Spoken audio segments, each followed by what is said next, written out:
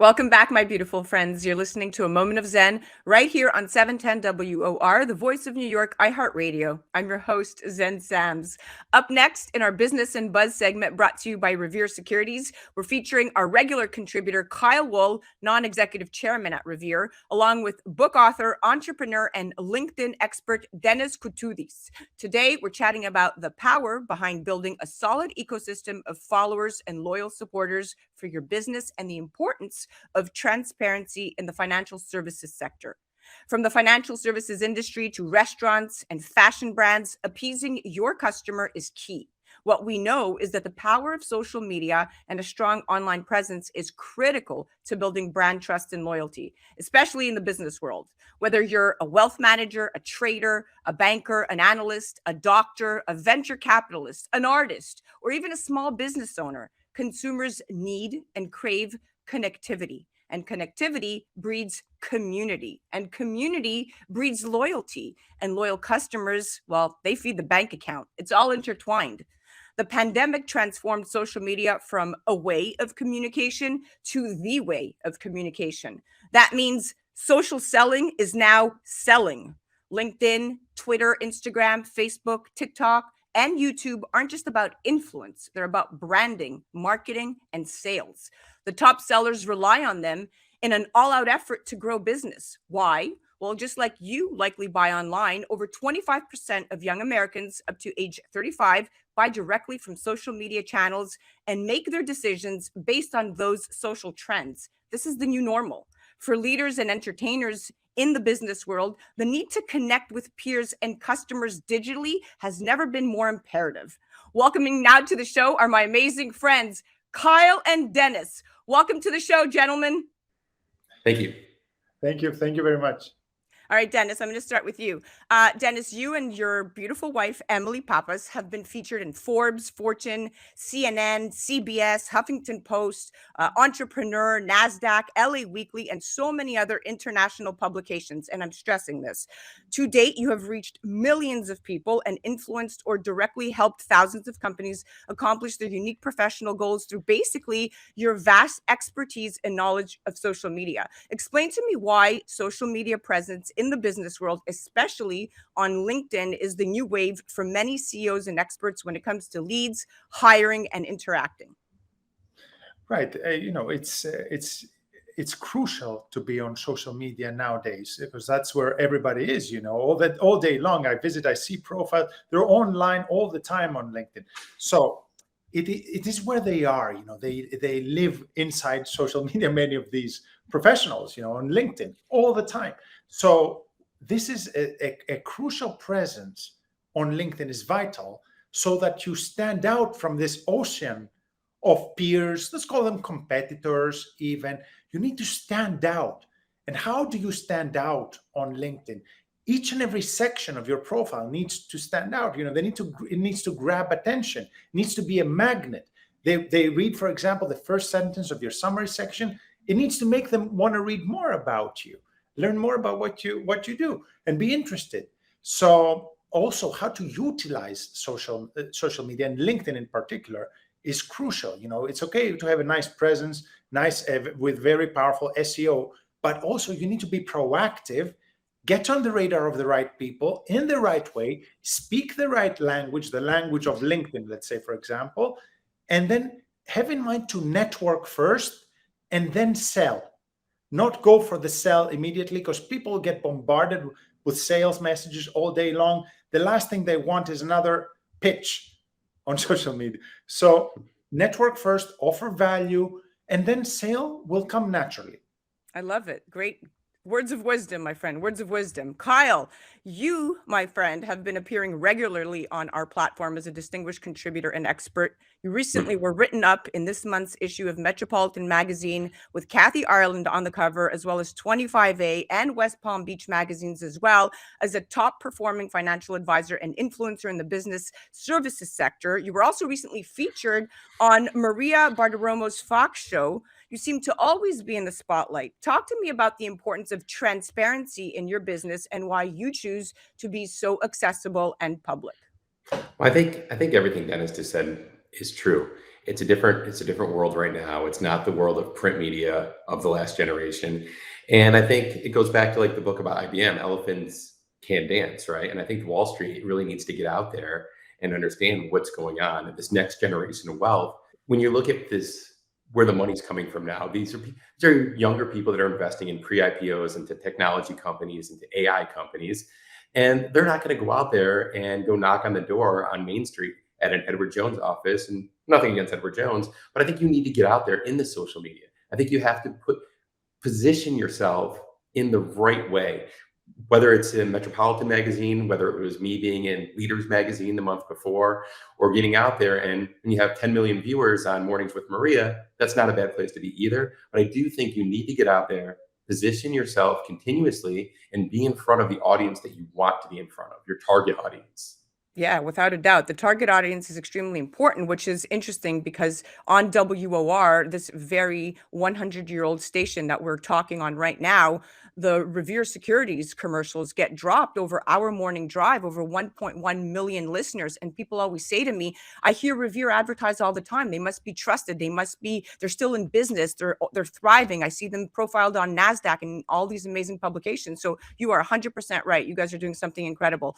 Dennis, you have more than 3 million social media followers, and you have helped thousands of individuals and companies worldwide, including executives from companies like at IBM and Amazon, Microsoft, Nokia, Google, Philips. I could go on and on. Bloomberg. Why does the average business fail, in your opinion?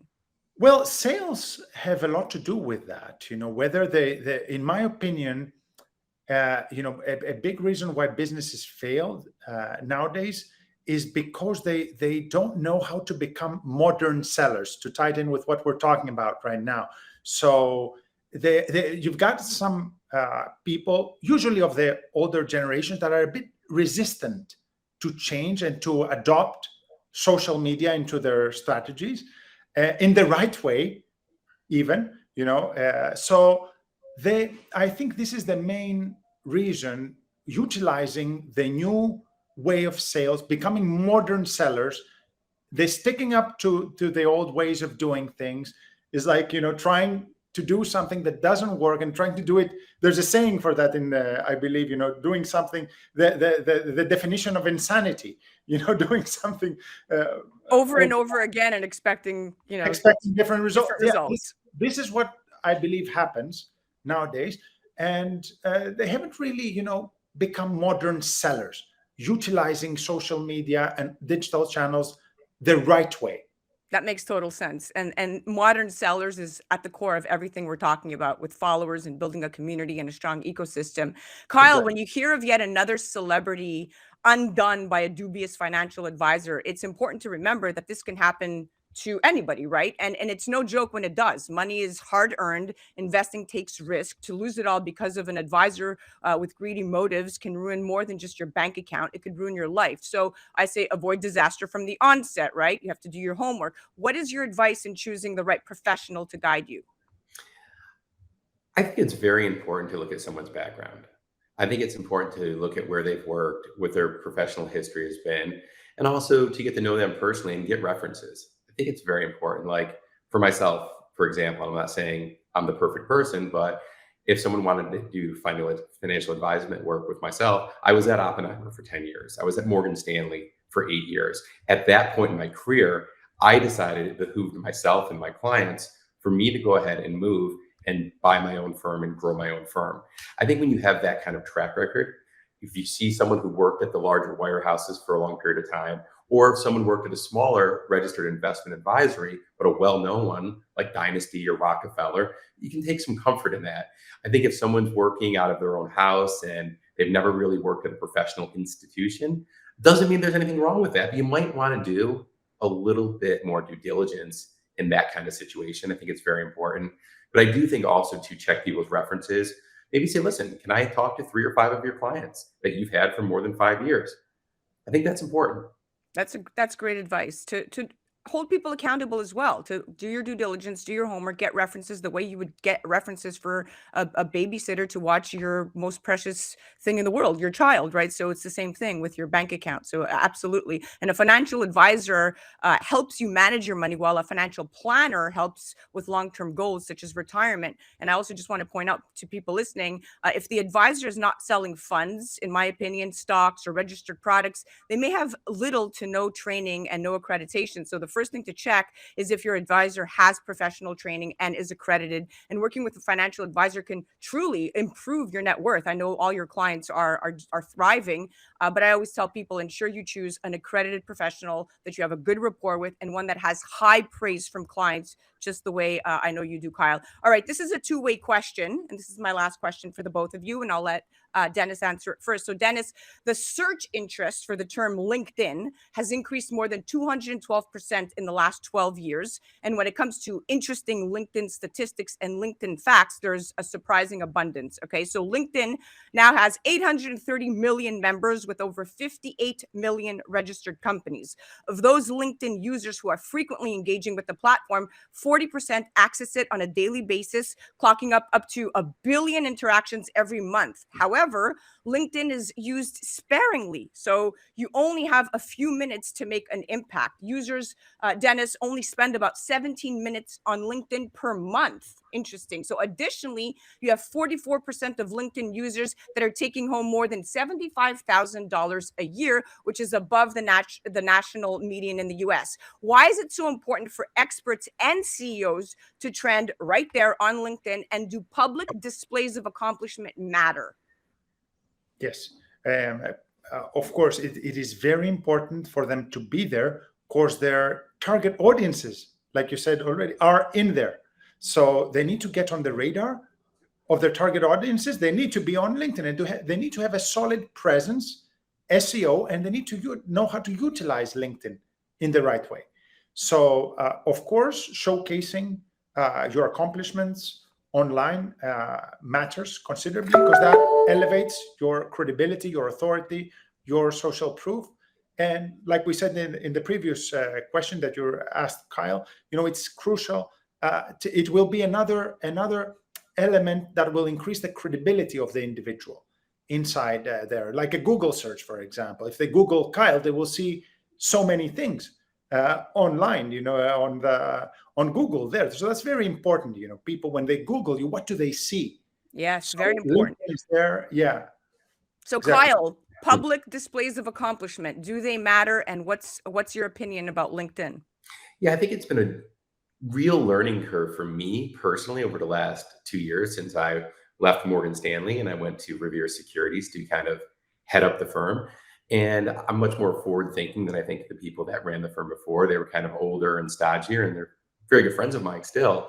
But I was trying to dive into this, and those keywords that Dennis just dropped, like SEO, I wasn't familiar with a search engine optimization. And I've been learning all these things over the last year, and I still think I'm in my infancy, but we've been getting good content out there. So I do think, like, the article I had in Leaders Magazine, where my name is next to names like Ray Dalio and Steve Schwartzman, I think kind of positions myself where I want to be. And that's something that I want on LinkedIn. I want that to be out there, right? The fact that I was featured on Mornings with Maria, we put that on LinkedIn. The fact that I have the millennial mom specialist, Zen Sams, and we've been on here quite a bit, we always post that up there. And I think these are very important things. And I'd love to pick Dennis's brain in the future and learn how I can do better, because I still think we're just in our infancy. And I think this is the future. Oh, well said. Well said. You trend so well, but you also are very much a millennial, but you also speak to so many different generations, as does Dennis. And I know his wife, she's also a millennial, and they have, they are out there and they are very forward thinkers, just like yourself. And they are very well versed, just like you are, in all of the disruptive and emerging industries that are coming up and are running parallel to some of the models that some of our baby boomer financial advisors, so to speak, we're not open to, but you are. So thank you so much for coming on. That's the end of our segment. I want to thank you both for such an enlightening time. Thank you. Thank you. Thank you, Zen.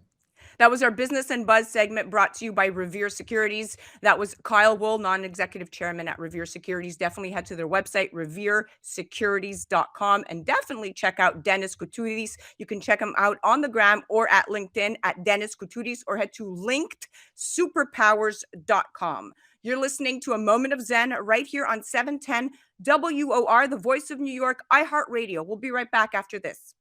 A Moment of Zen is brought to you by Revere Securities. Revere is committed to building a relationship of trust in which they work closely with you to help you define your objectives, explore alternatives, and choose the financial and investment strategies that are most appropriate for you. Go to reveresecurities.com.